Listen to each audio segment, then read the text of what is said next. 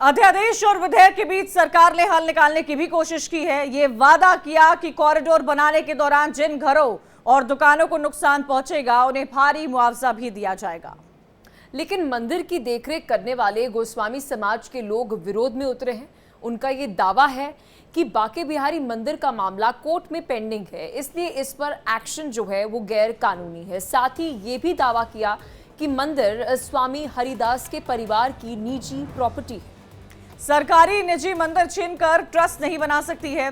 बताया यह भी जा रहा है कि 1939 में बनी प्रबंधन योजना के तहत मंदिर का संचालन होता था, इसीलिए सरकारी कार्रवाई के दौरान 1939 के नियमों का उल्लंघन हुआ है। हालांकि निजी संपत्ति बताने वाले के पास कोई ठोस कागजात नहीं है। जानकारी ये भी मिल रही है कि बांके बिहारी मंदिर की जमीन गोविंद जी के नाम पर दर्ज है और राजस्व रिकॉर्ड में मंदिर के नाम कोई जमीन नहीं है। बताया तो यह भी गया है कि राजा रतन सिंह ने मंदिर के लिए जमीन दी थी और 1863 में स्वामी हरिदास जी ने मंदिर को बनवाया था, इसीलिए गोस्वामी परिवार का नाम रेवेन्यू रिकॉर्ड में है ही नहीं। हाउस टैक्स हो या फिर वाटर टैक्स हो, बांके बिहारी का नाम ही नहीं है। फिलहाल मंदिर की देखरेख का जिम्मा गोस्वामी परिवार के पास है। वहीं इसी कारण गोस्वामी परिवार ट्रस्ट का विरोध कर रहा है, जबकि इसमें गोस्वामी परिवार को भी जगह दी गई। बताया गया है कि ट्रस्ट में कुल 18 सदस्य होंगे, 11 सदस्य जो है मनोनीत होंगे और 7 सदस्य जो है वो वहां पर पदेन होंगे।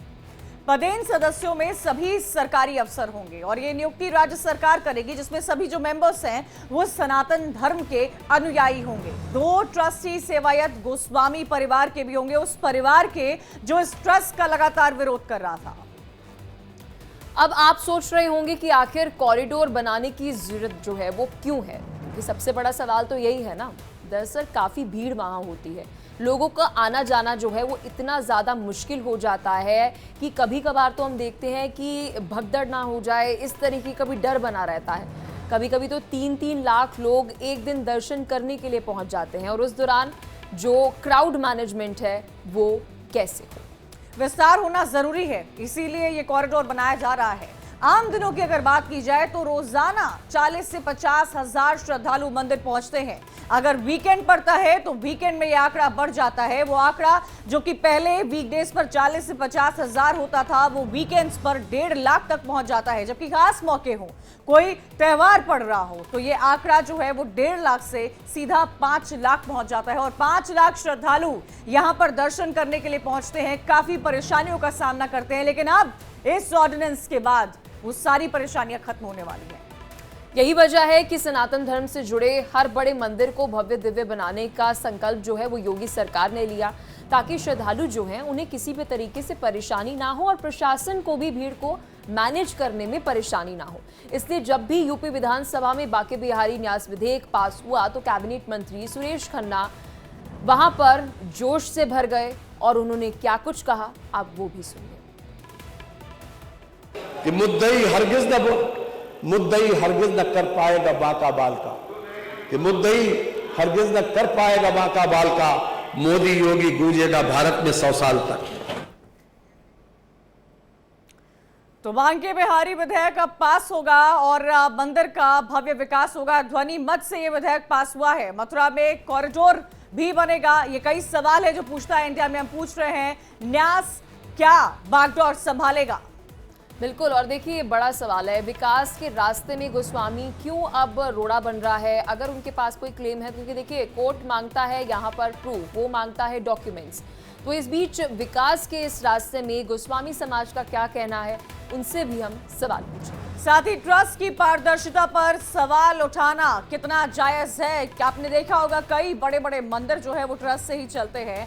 क्या ट्रस्ट की पारदर्शिता, क्या ट्रस्ट ट्रांसपेरेंट है या नहीं है, इस पर सवाल उठाना जायज है या नहीं है। ये 3 अहम सवाल है जो पूछता है इंडिया में आज मैं और पलक अपने तमाम मेहमानों के साथ जुड़ेंगे। बड़ा पैनल हमारे साथ तैयार हो गया है। दीपक पराशर है, स्थानीय निवासी है, एनके गोस्वामी है, एडवोकेट है सुप्रीम कोर्ट से, आचार्य आनंद वल्लभ है, सेवादार हैं बांके बिहारी मंदिर से, साथ ही साथ एपी सिंह है, याचिकाकर्ता के वकील। आप सभी का बहुत बहुत स्वागत है। और मुझे लगता है ये वो वक्त आ गया है जब जहां हमने देखा कि विधानसभा में ध्वनि मत से कैसे विधेयक पास हुआ है, लेकिन आज भी एक समाज इसका विरोध कर रहा है। आचार्य आनंद वल्लभ गोस्वामी, मैं आपसे जानना चाहूंगी, आप सेवादार हैं, बांके बिहारी में कॉरिडोर के बाद जो विकास की तस्वीर देखने को मिलेगी और क्या तस्वीर होगी, क्या सुविधाएं होंगी, सुविधाओं से कैसे लैस होगा, उसकी एक इंसाइट हमने दिखा दी है। सर अनम्यूट कर लीजिए, आचार्य जी अनम्यूट कर लीजिए, मुझे आपकी आवाज नहीं मिल पा रही है।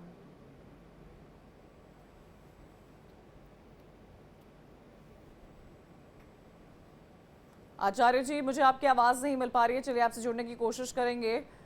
अनम्यूट कर लीजिएगा प्लीज। हाँ, राधे राधे। जी जी मुझे आ रही है आपकी आवाज, बोलिए। जी जी जी। जो जहाँ तक बात है कॉरिडोर की, तो हमने बार बार कहा है कि सरकार कॉरिडोर बनाए न बनाए ये सरकार की मर्जी है। सरकार हमसे पूछेगी कि कॉरिडोर में क्या करना चाहिए तो हम बताएंगे। हमारी तो पहले से भी यही मांग है, न्यास और ट्रस्ट के लिए बार बार मांग कर रहे हैं, और इस सरकार को बिल्कुल कान में जू ही नहीं रेंग रही है। अभी उन्होंने अध्यादेश लेकर के सदन में अपने मन से जैसा भी इन्होंने बोला है, जो चीजें हमारी बार लगातार बात होती रही, प्रशासन से लगातार बात हो रही है, डीएम साहब से बात हो रही है, कमिश्नर साहब से बात हो रही है, और बार बार ये कह रहे हैं कि आप बताइए क्या क्या संशोधन कर रहे हैं। तो अब हम बोल रहे हैं, तो अब उन्होंने तो अपने मन से सदन में अध्यादेश दे दिया, तो हम इसे मानते ही नहीं है, हम बिल्कुल नहीं मानते अध्यादेश को। तो क्या आप ये कहना चाह रहे हैं कि आपको कॉन्फिडेंस में नहीं लिया गया? बिल्कुल नहीं, बिल्कुल नहीं, 1% नहीं, 1% नहीं। हमने कई बार कहा, आपके चैनल में भी कई बार बोला था, मैं बार बार दोहराना अच्छा नहीं लगेगा। जितना जो उन्होंने ट्रस्ट बनाया है, ये ट्रस्ट किस मतलब का है, किस मतलब का ये ट्रस्ट नहीं है, ये भ्रष्ट है, मैं बार बार कह रहा हूँ। आचार्य जी, गोस्वामी समाज के भी उसमें दो लोग रहेंगे। एपी सिंह जी याचिकाकर्ता के वकील है, वो भी हमारे साथ जुड़े हुए हैं, उनका भी रुख कर लेंगे। एपी सिंह जी, अब तक हम बात करते थे कि उत्तर प्रदेश में जितने भी बड़े बड़े मंदिर हैं, जहां पर भव्य कॉरिडोर बन रहे हैं, जहां पर भारी तादाद में 5 लाख तक श्रद्धालु जहां पर पहुंच सकते हैं, जहां की तादाद इतनी ज्यादा है, कोई त्योहार हो तो लोग जाते हैं दर्शन पूजन करने के लिए। अगर सरकार इसके लिए व्यवस्था बनाती है, इसके लिए ट्रस्ट बनाती है, इसमें कई मेंबर्स का गठन किया जाता है, तो उसमें तो हर किसी को, भले आपकी सहमति हो या सहमति नहीं हो, आपकी एक ही राय, एक मत होना चाहिए इसमें।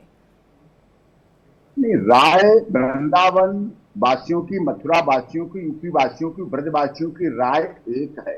सरकार भी बनाई है, इन्हीं सबकी सरकार है, कोई चाइना पाकिस्तान की नहीं सरकार है यूपी में, लेकिन इनकी भावनाओं को सुनने का काम भी सरकार का है। जब वहां के माननीय विधायक श्रीकांत शर्मा जी सीधे कह चुके हैं कि ये गलत है, इनके मकान तोड़े जाना गलत है, कहा उन्होंने। देखिए, कॉरिडोर बनेगा जैसा प्रस्ताव बना रहे हैं, उसमें 400 मकान, आप दोनों बहुत वरिष्ठ पत्रकार हैं, पूछता इंडिया पूरी दुनिया में देखा जाता है।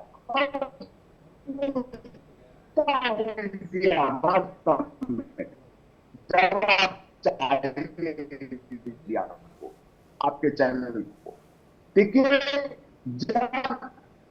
कहा गया है कि विरासत को भी संभाल के रखना है, विरासत जरूरी है, विकास भी जरूरी है।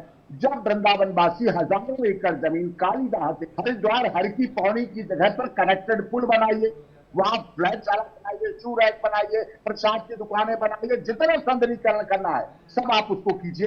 गंगा यमुना जुड़ी हुई कृष्ण जी से है, लेकिन जो 400 मकान लगभग हैं वहां पर, जो आ रहे हैं 200 तो बिल्कुल निशाने पे आ रहे हैं, जिसके लिए हमने सुप्रीम कोर्ट में लड़ाई लड़ी और जीती थी। क्यों? क्योंकि लेकिन जिन 400 मकानों का आप जिक्र कर रहे हैं, ऐसा ही एक नज़ारा काशी में भी देखने को मिला था, लेकिन वहां लोगों ने बहुत सहमति से और बहुत खुश होकर महादेव के नाम पर, काशी के नाम पर अपना घर दे दिया था। दीपक पराशर है, स्थानीय निवासी हैं, उनका रुख कर लेंगे। दीपक जी, अलग अलग राय आ रही है और अलग राय होगी भी, क्योंकि मुद्दा इस तरह का है, क्योंकि आप स्थानीय निवासी हैं, मैं आपसे समझना चाहूंगी, क्या लोगों को इंतजार था इस कॉरिडोर का? क्योंकि जब ये कॉरिडोर बनेगा तो भव्य सुविधाएं स्थानीय लोगों को भी मिलेंगी। ऐसा है कि वृंदावन की संस्कृति सभ्यता सिर्फ एक मंदिर पर आधारित नहीं है। वृंदावन में बांके बिहारी मंदिर के अलावा राधा वल्लभ जी, राधा रमन जी, राधा श्याम सुंदर, राधा दामोदर, निधिवन, सेवा कुंड, चटिया स्थान, गोपेश्वर, काफी अन्य मंदिर है, वो भी इतनी महत्वता रखते हैं, मंदिर रखता है। अब बात बताइए, आज बिहारी जी का कॉरिडोर बनाएंगे आप लोग, कल राधा वल्लभ जी का बनाएंगे, परसों राधा रमन जी का बनाएंगे, ऐसे तो पूरे वृंदावन को तोड़ के आप कॉरिडोर में ही बदल देंगे। काशी एक मंदिर प्रधान था, उज्जैन एक मंदिर प्रधान था, अयोध्या एक मंदिर प्रधान था, वृंदावन में बहु मंदिर की प्रधानता है। वृंदावन की सभ्यता संस्कृति कुंज गलियों पे आधारित है। आपने सुना होगा वृंदावन की कुंज गलिन में राधे राधे होए, या होली खेल रहे नंदलाल वृंदावन की कुंज गलिन में। तो आप बताइए, वृंदावन की संस्कृति सभ्यता को उजाड़ के क्या मिलेगा? वृंदावन के पल्ली पार, यमुना के पल्ली पार हजारों एकड़ जमीन खाली पड़ी है, आपको कॉरिडोर बनाना है वहां बना लीजिए। लेकिन वृंदावन में जब जो कॉरिडोर क्षेत्र जो सरकार ने बताया है वो 5 एकड़ बताया है, 5 एकड़ में 150 प्राचीन मंदिर आ रहे हैं जिनको तोड़ा जाएगा, जो कि बिहारी जी मंदिर से भी प्राचीन मंदिर हैं। कुंज गलियां हैं, जिन कुंज गलियों की वजह से वृंदावन की पहचान है, उनको तोड़ा जाएगा। तो सरकार पहले तो अध्यादेश लाई, वो भी बैक द डोर लाई, उसमें गोस्वामी समाज को या अन्य समाज को अपने विश्वास में नहीं लिया गया। आज जो सरकार विधेयक लाई है, तो विधेयक लाके तो सरकार ने पूरी हट धर्मिता, अपनी रूढ़िवादिता, अपना तानाशाही रवैया पूरा अपना लिया है कि कैसे भी करके हमको कॉरिडोर बनाना ही बनाना है। अब आप बताइए मुझे कि सुप्रीम कोर्ट और हाई कोर्ट में जब हमारी लड़ाई चल रही है, जब माननीय सुप्रीम कोर्ट ने हमसे कह दिया है कि हाई कोर्ट में आप जाइए, हाई कोर्ट का जो फैसला होगा हमको स्वीकार होगा, हाई कोर्ट में भी आप संतुष्ट नहीं हो तो दोबारा आप सुप्रीम कोर्ट आ सकते हैं। तो ऐसे में ये उत्तर प्रदेश सरकार द्वारा, सनातन विरोधी, हिंदू विरोधी सरकार द्वारा, मैं तो यही कहूंगा, एनके गोस्वामी जी, जो बात दीपक जी कह रहे हैं, अगर आप कभी वृंदावन गए हो तो वृंदावन की जो गलियां हैं वहां पर हम देखते हैं कि कुछ 200 मीटर पर ही एक मंदिर आ जाता है, और वहां पर कहते हैं कि यहाँ पर राधा रानी का कोई वहां पर हम देखते हैं मंदिर जो है बना होता है। अब बांके बिहारी मंदिर की एक मान्यता है, हम मानते हैं कि सबसे ज्यादा भीड़ वहां पर ही होती है, लेकिन कुंज गली की जो जिक्र सर कर रहे हैं वैसा होता है। हम जब वृंदावन जाते हैं हर 200 मिनट की दूरी पर एक मंदिर होता है। अगर उन मंदिरों को, छोटे छोटे मंदिर चाहे वो हो, उन्हें अगर तोड़ दिया जाएगा तो जिस सभ्यता, जिस संस्कृति को संरक्षित रखने की हम बात कर रहे हैं वो जायज थोड़ा होगा। पॉइंट तो फिर होलिस्टिक नहीं है ना, आप सबको साथ लेकर सबका विकास जिसका जिक्र करते हैं, क्या वो आपको यहाँ पर नजर आ रहा है? एनके गोस्वामी जी, देखिए, बेशर्मी की सारी हदें इस सरकार ने पार कर दी हैं। जब सुप्रीम कोर्ट ने एक स्पेशल कमेटी गठित कर दी गई है और यह कह दिया गया है कि जब तक हाईकोर्ट में मामला लंबित है तब तक, भले ही इन्होंने पास कर दिया, चलो उनके पास अधिकार है, क्या एग्जीक्यूटिव उसको लागू कर सकता है? The question answer is no, वो लागू कर ही नहीं सकते। अब ठीक है, सरकार का देखिए, एक कहावत है, जिसका जमी पर था दबदबा, बुलंदे अर्श तक नाम था, फलक ने उन्हें यूं मिटा दिया कि मजारे तक का निशान नहीं। ये वक्त है ना, ये मैं मानता हूं कि सरकार, this is the colourable exercise of power, जिसको मैं कहूंगा एग्जीक्यूटिव पावर जो गवर्नमेंट ने किया है। और मैं वक्त के बारे में बता दूं, वक्त से दिन और रात, एक शेर है काफी मशहूर, वक्त से कल और आज, वक्त की हर सह गुलाम, वक्त का हर सह पैराज। आदमी को चाहिए वक्त से डर कर रहे, कौन जाने किस घड़ी वक्त का बदले मिजाज। तो दिस इज अनकॉन्स्टिट्यूशनल, क्योंकि आप सेवायतों का अधिकार नहीं छीन सकते। और दूसरा, जो 300 करोड़ का मंदिर कोष का उपयोग करने की बात है, मंदिर कोष देवता की संपत्ति होती है, उसको इस लौकिक जगत की इंफ्रास्ट्रक्चर के लिए लगाना, दैट इज अनकॉन्स्टिट्यूशनल। दूसरी मैं आपको बात बताऊं, केवल आपने एक बांके बिहारी मंदिर को टारगेट कर लिया, वृंदावन में इतने सारे मंदिर हैं जिनमें भीड़ का प्रेशर बांके बिहारी से भी ज्यादा है। तो उस भीड़ प्रेशर की वजह से आपने सेलेक्टिवली एक मंदिर को टारगेट कर लिया। तो this is clear cut violation of article 14 also, article 21 also, article 25, 26, 300A, क्योंकि ये देवता की संपत्ति है, लेकिन फिर भी सरकार मनमाने ढंग से काम कर रही है। आप जिसको टारगेट कह रहे हैं, सरकार, प्रशासन उसे विकास कह रहा है। मैं आऊंगी आपके पास, एपी सिंह भी हमारे साथ जुड़े हुए हैं। एपी सिंह जी, ट्रस्ट के खिलाफ ये बातें क्यों सामने आ रही है? ऐसा क्या है? क्या ट्रस्ट की पारदर्शिता पर कोई संदेह है? क्या ट्रस्ट के अगेंस्ट है? ऐसी बातें क्यों निकल कर आ रही हैं ट्रस्ट के खिलाफ? डॉक्टर एपी सिंह जी, मेरी आवाज मिल रही है आपको? क्योंकि अभी 4 दिन हुए, 4 दिन पहले ये मामला माननीय सर्वोच्च न्यायालय में इलाहाबाद हाईकोर्ट के लिए भेजा, सीधे उस पर रोक लगाई, अध्यादेश पर रोक लगाई, उस पर रोक लगाने के बाद फिर उसको पास करना, इससे भावनाओं का खिलवाड़ तो दिख रहा है। मैडम, ये कुंज गलियां वो हैं जो मुगल कालीन समय में इन कुंज गलियों के निवासियों ने मुगलों के रथों को आने से रोका, रथ नहीं आ पाए कुंज गलियों की वजह से। अंग्रेजों के समय के मकान बने वो, अंग्रेजों ये लोग भी जो सनातन धर्म में विश्वास करके उन मकानों में मंदिरों का संरक्षण, सुरक्षा और धार्मिक आस्था का कर रहे हैं, ये भी एमबीए करके, एमबीबीएस करके, चार्टर्ड अकाउंटेंट बनकर विदेशों में स्थापित हो सकते थे, लेकिन उन्होंने सनातन धर्म का रास्ता चुना और उनके घरों को तोड़ा जाए। जब माननीय सर्वोच्च न्यायालय मना कर चुका है, कह चुका है 1 साल में रिपोर्ट दीजिए, कमेटी बना दी honourable high court retired justice Ashok Kumar ji के नेतृत्व में, सबको शामिल, क्लियर कट ऑर्डर 18 पेज का कर दिया और उसके बाद ठीक है एपी सिंह जी, आपके पास फिर वापस आते हैं, आपकी आवाज नहीं पहुंच पा रही है। दीपक जी, अब इसका सोल्यूशन क्या है सर? क्योंकि देखिए विकास तो जरूरी है, अब वो विकास किस तरह से किया जाए, क्योंकि देखिए वहाँ पर प्रशासन पर एक बहुत बड़ी जिम्मेदारी होती है और कितनी बार सर डर लगता है कि इतनी भीड़ है, भगदड़ ना हो जाए, किसी को चोट ना आ जाए, लोगों की जान ना चली जाए। एक तरफ आप उसको भीड़ को भी मैनेज करने के लिए कॉरिडोर बना रहे हैं सर, कितनी बार हम देखते हैं, मंदिर तो छोड़िए, मंदिर के बाहर जो गलियां हैं वहां पर इतनी लंबी लंबी जो है लाइनें लगी होती है, वहां पर तक भी भीड़ होती है। तो इसका सोल्यूशन क्या ऐसा है? जी ऐसा है, विकास विनाश की कीमत पर नहीं होना चाहिए। वो भी एक ऐसे प्राचीन नगर का जिसकी एक शास्त्रों में महिमा गाई गई है, इतनी महिमा गाई है वृंदावन की। आप शायद वृंदावन के बारे में जानती होंगी कि वृंदावन रजकों की राजधानी है। भक्ति का सर्वोपरि स्थान यदि कोई है तो वो वृंदावन है, और वृंदावन कुंज गलियों से फेमस है। आज आप विकास के नाम पर यदि विनाश वृंदावन में लाते हैं तो उसको ब्रजवासी जो लोग 500-500 साल से यहाँ रहते आए हैं, आप कहते हैं मुआवजा देंगे, घर देंगे, दुकान देंगे। आपको ये जानकर बड़ा आश्चर्य होगा कि सरकार ने आज तक लिखित में कुछ भी नहीं दिया कि मुआवजा देंगे या ये देंगे या दुकान देंगे, कुछ नहीं, केवल वर्बली बात करते हैं, हम ये देंगे, हम वो देंगे, हम वो देंगे। अब रही बात व्यवस्था बनाने की, अभी हरियाली तीज का पावन पर्व क्या है, आप बिहार जी के दर्शन कर रही होंगी, हरि पोशाक झूले के दर्शन है। शासन ने, प्रशासन ने उस दिन इतनी अच्छी व्यवस्था दी कि किसी को कोई हताहत नहीं हुआ, किसी को कोई दिक्कत नहीं हुई। इतना अच्छी व्यवस्था यदि सरकार मंदिर के और पास ही रोज दे दे तो क्या दिक्कत है? इतने घरों को, मकानों को, दुकानों को तोड़ने की, मंदिरों को तोड़ने की, सनातन पुरातन संस्कृति को नष्ट करने की दीपक पराशर जी, सरकार का तो यही कहना है कि जो सुविधा आपने एक दिन देखी है वही सुविधा आप हर दिन देखिए, और इसीलिए इस कॉरिडोर को बनाने की बात रखी जा रही है। क्या आपको नहीं लगता है कि ये विकास की ओर हम बढ़ रहे हैं, या आपको लग रहा है डेवलपमेंट के नाम पर गलत किया जा रहा है? बिना कॉरिडोर बनाए, बिना अध्यादेश लाए ये सरकार ने व्यवस्था दी थी, तो बिना अध्यादेश के, बिना कॉरिडोर के जब सरकार व्यवस्था दे सकती है तो कॉरिडोर बना के पैसों की बंदरबाट करने की क्या आवश्यकता है? फिर मेरा कहना इतना था आपसे बस। भाई बिना कॉरिडोर की व्यवस्था दी थी, हरियाली तीज पे, अक्षय तीज पे व्यवस्था सरकार बिना कॉरिडोर बनाए देती है। और अब से नहीं, भीड़ कोई अभी नहीं हुई है, भीड़ तो शुरू से होती है, लेकिन मैनेजमेंट आज भी आप आइएगा तो मैं आपको दिखाऊंगा कि कैसे मैनेजमेंट व्यवस्था कैसे दी जा सकती है बिना कॉरिडोर बनाए, बिना संस्कृति को तोड़े, कैसे व्यवस्था। लेकिन सरकार का उद्देश्य क्या है? सरकार का उद्देश्य सिर्फ इतना सा है कि नहीं, हमको तो कॉरिडोर बनाना ही बनाना है।